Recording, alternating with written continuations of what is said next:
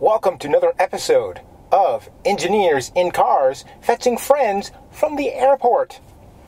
Let's see who we're getting tonight. It's a nighttime shoot, so hopefully there'll be enough light to see us talk. Today we're getting Ellie Stone. Ellie is a photographer. She works at After Academy and she does photography workshops. And she's amazing. So I've been on workshops with her, and so I'll go and I'll set up my tripod. I'll put my camera on it. I'll get on a bubble level, make sure the camera is straight, then try and zoom in and focus on something, make sure it's a really good focus, and then I'll put on the self timer so there's no camera shake, and I'll take a picture, and the lighting will be all wrong, so I'll adjust my settings. And I'll do it again, and it'll look okay. Then Ellie will come by and say, "Hey, have you thought of this kind of shot?" And she'll freehand the camera, point it somewhere, not even look through the viewfinder, and go click, and she'll show me the picture she just took, and it will be amazing. It'll have it'll be a sunset full of purples and reds and colors I've never seen before, and there'll be a lightning strike right in the middle of it. And then in one corner, you'll see owls feeding their babies. In another corner, you'll see a deer, running away from wolves that are chasing it. And of course, all the things you see will be right in the, the thirds, the rule of thirds. And yeah, she'll only be looking through the viewfinder. That's what she gets. It's amazing. So I think, also, Stephen Oachs is going to be coming with us today. He's the proprietor of Aperture Academy. So they must have been out on some workshop somewhere. I can't wait to hear where they came from and hear the stories they've got to tell about the amazing place they just came from. So we're in for a treat tonight. Anytime you watch this show, you're in for a treat. All my past guests have been amazing too.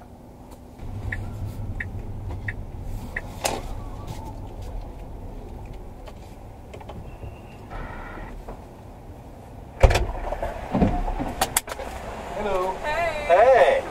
Welcome to California. Hi, how are you? You have a big guy, you need more room.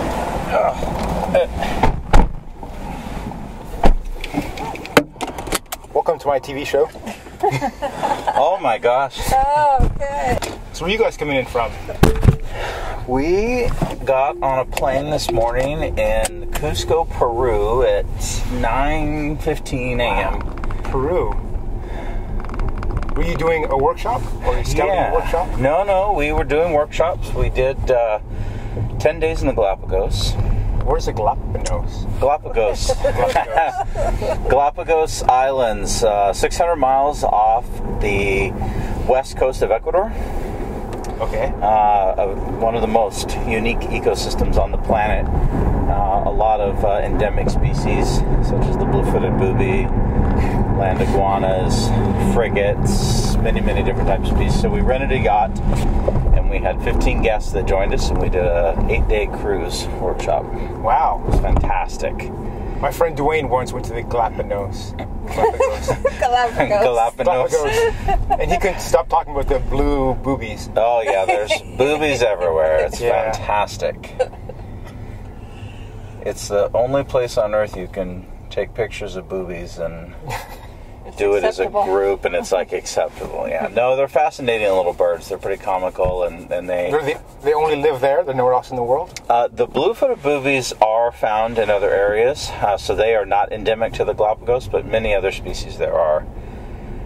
But there's I'm trying to remember what the population is right now. It's about 1,600, I think, right now. It kind of ebbs and flows between 1,500 and 3,000. Are they endangered, or are they doing okay? I would say, I don't know. That's a good question. Is it legal to hunt them and eat them? No, everything in the Galapagos is protected, even the sand on the beach. You're not allowed to take anything with you. And What if you get sand between your toes? you got to wash it off. You got to leave it behind. In fact, someone recently was caught at the airport with 4 land iguanas in his suitcase, and he is now in a Guayaquil, Ecuador prison. Wait, he had iguanas in his suitcase? Yeah, he was somehow he got a hold of 4 of them, and he was trying to smuggle them back to the wherever to sell them, or who knows what he was going to do. But yeah, not a good idea. Didn't work out too well. So then after the cruise, we stayed the night in Quito, Ecuador, and then we hopped a plane and we went to Cusco, Peru through Lima. And we spent about a half a day there just kind of checking out the city and getting everyone acclimated to the altitude, because it's about 11,400 feet in the town of Cusco. And then that afternoon we took the train, the famous Peru rail, through the valley, the Andes Valley there, along the Inca Trail. And so we took the train into Aguas Calientes, which is the town at the base of Machu Picchu, and stayed in a very nice hotel, the Sumac something. Just the sumac, I think. Is that all it was? Yeah, okay, yeah. Were you able to take pictures of Machu Picchu this time? Machu Picchu? Machu Picchu. Machu Picchu? Machu Picchu. The lost city of Incas. Yeah, we did. So one time you were there, and they were running after you. Yeah, well, my last visit, I was breaking the law according to the Peruvian people. They don't allow tripods in Machu Picchu. Although we did see some people in there this year with them, but they were being very, very sneaky. So the first day in was epic. We got in there about 7:30 a.m. and it was totally fogged in. Machu Picchu itself is about 9,000 feet in elevation, so you're basically in the clouds.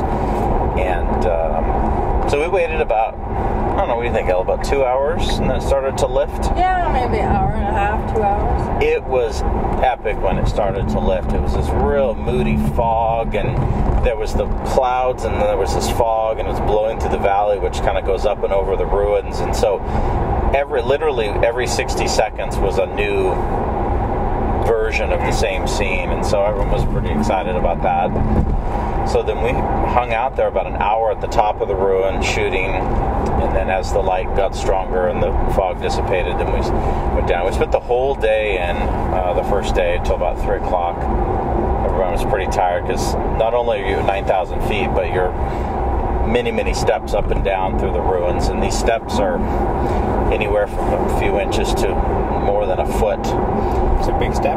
Yeah, there was no code back in the day for consistent steps. So we got a workout, that's for sure. And then the second day we went in, we just had half a day because we had to catch the train back to Cusco. It's a lot of traveling to get to Machu Picchu. Is this the car you hit the deer in? Yeah. You got it fixed? No.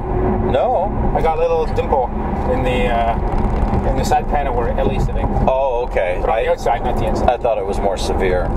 It was pretty minor. Like, I missed the deer, but then the guy beside me didn't. Oh. And he smacked the deer into my car.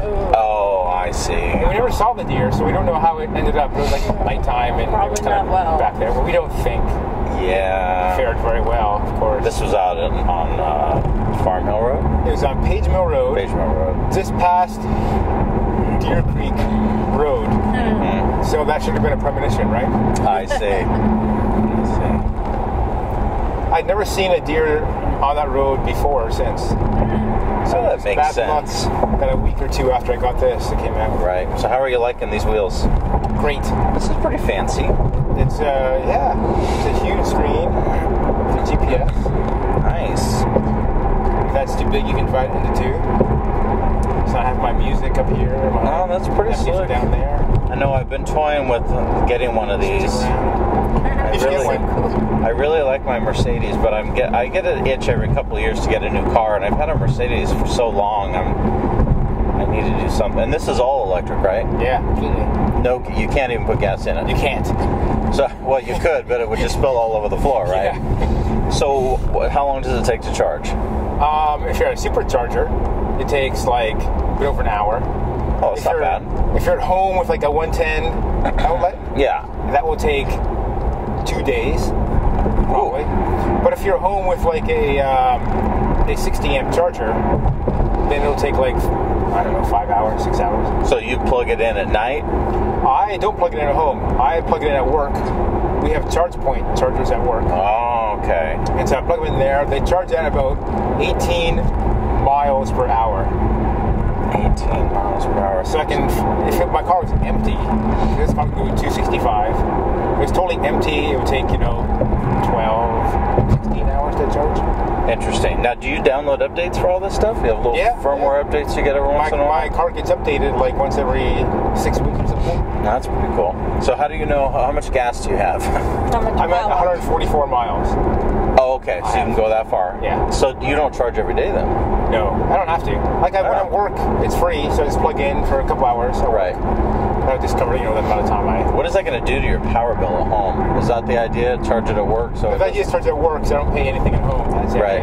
It's a work perk then. But I'm getting a real charger installed finally. I haven't had a charger installed at a house yet. At your house, I see. And then I think if you switch over to the time of day charging, it'll be cheaper. So you only charge at nighttime. Oh, right. You pay a lot less. But if you had it at home, you would just simply plug it in, and by morning you'd be good to go. Yeah. So what do you do if you want to take this to LA? Well, I took this to the police workshop. Okay, even better. Even better. And there are superchargers along the way. So you got to kind of plan your route? So I plan your route to go to all the superchargers. Okay. And you can drive like 2 or 3 hours, and then you got to stop for like an hour to charge. And you time it with like lunch and breakfast, dinner, coffees, breaks. So in the end, you're not really wasting that much time charging because you're doing stuff you have to do anyways. But I have to go a little bit longer route. So I couldn't go directly to Palouse. I had to go to Tacoma and then across. Oh, well, that's still a pretty drive. So a little bit longer. Yeah. So I should have been there at 7:30 for the workshop orientation. Right. I got there like at 2 a.m. instead. I didn't plan. I didn't really get much sleep that night. Oh yeah, I didn't plan ahead very well. So is it safe to say this is more of a like around the town kind of car versus cruising across the country? I would take this across the country. Yeah. There's like supercharger networks that go all across the country. I can go from here to New York City. Now, is it a toll type? Do you pay a little bit? No, you pay nothing. Oh, it's so it comes with the cost of the car. Gets you lifetime supercharger access. Oh, I see. So I didn't pay anything to get to Palouse. I can go to New York and not pay anything. I'm going to Santa Barbara in a couple of weeks. Oh, cool. And that'll be like, fuel free for me. Huh. How many stops will you have to make to get to Santa Barbara? I think only 3. 3 in 1 hour each time. Probably less. Because I think the chargers are about 120 miles apart. Mm-hmm. And so, in the superchargers, like when your battery's lower, you can charge at a faster rate. You can charge at like 300 miles per hour. It's insane. Wow. When it's, at the bottom. Now, would it be too personal for me to ask to see the actual port and where you charge this thing, or is that kind of a private thing between man and car? I'll show you my port. Okay. It's on the side. We normally put a gas, tank in. Right. Or a gas nozzle in. That's where you put your electrical nozzle. Right. And I'm assuming it's not a 3-pronger like you have at home. This is some kind of proprietary. Yeah. I have right here. Right here. I have an adapter. So this is what I use with charge point chargers, which are everywhere. So like downtown Campbell has a bunch of charge point chargers. So I just use that to use it. Got it. Otherwise, I use my proprietary Tesla nozzle at superchargers and for my home system. So, are we rolling? Are we live right now? We've been live this whole time. Oh, fantastic! So, tell me about the cams. Tell me about your show. So I thought I wanted to do a TV show in my car, and then needed to figure out a reason to have a TV show in my car. And then Ellie was begging you to pick us up late at night. Well, I had the idea before that. My friend Scott was doing some traveling. Oh, I see. I was picking up from the airport, and like the day I was going to pick him up, I said, "That's a great idea. I should put up some cameras in my car, right, and do a TV show while I pick him up from the airport." Well, there you go. And there's a theme. So I have 2 GoPros. This is the old GoPro. Okay. That's a new GoPro. Got it. The new GoPro has a tendency to stop recording sometimes. So it's a little annoying. So I haven't figured out exactly the reason why. Interesting. Oh, I'm sorry, left here? I got a faster memory card, so maybe that will fix things. And I turned off some processing features. Got it. The Pro Tune. So we're almost there. Is there anything we need to do to conclude the show, or?